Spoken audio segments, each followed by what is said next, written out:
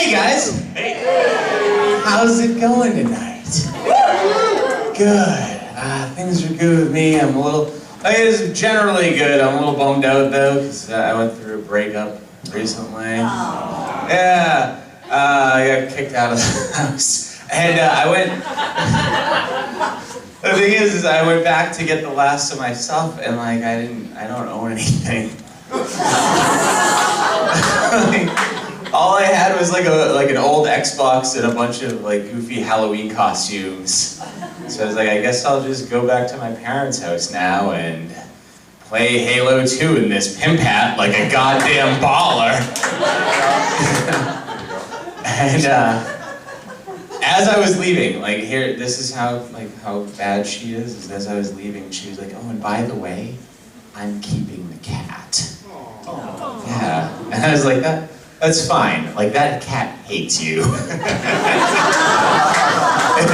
It hated her.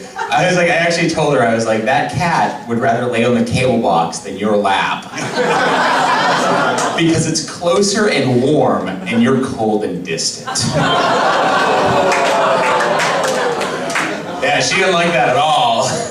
She actually stopped me. She was like, excuse me? Okay, my cat would take a bullet for me. What an insane thing to say, right?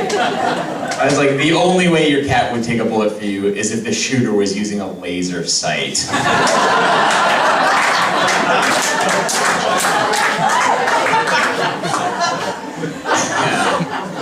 I just got an apartment, and one of the first things I did is I got a bird feeder for the yard. But I didn't put bird seed in it. Instead, I filled it with mice. I figured if I'm going to watch birds, I might as well watch hawks.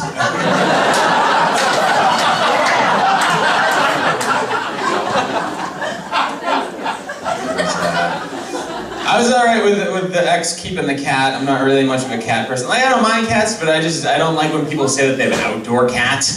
You know, like I saw this news story where this woman claimed that she owned 97 cats. 97. Yeah, she's talking to the camera. She's like, yeah, a lot of them are outdoor cats. And many of them won't let you pick them up or even touch them. And I was like, yeah, that's not your cat. That's just a cat. Like, if just feeding something makes it yours, I'm going to start telling people that I have an outdoor hawk.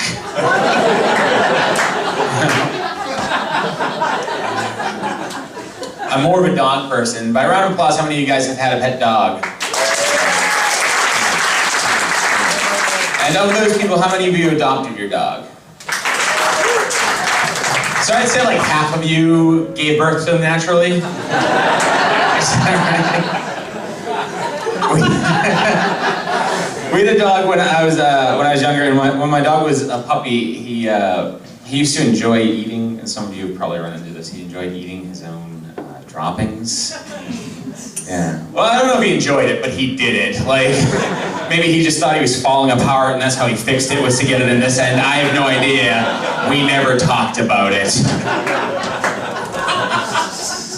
But they gave us some really bad advice at the pet store on like how to break him of the habit. They were like, yeah, so that he doesn't do that anymore. When you take him out, when he's not looking after he goes, drop some jalapeno peppers on there. And then he won't eat it anymore. And I was like, yeah, he'll probably enjoy that less after we season it for him. It doesn't make any sense. There's no way he's gonna eat that and be like, oh, well, now this tastes like shit.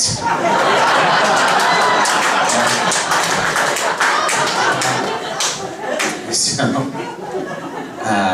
it was a good dog, but you know, after 13 years, he got very sick, and you know, we had to have him put to sleep. It's sad, right? But 13 years is a pretty good run for a dog, right? Like, I feel like 13 years is good for a human that's eating his own shit.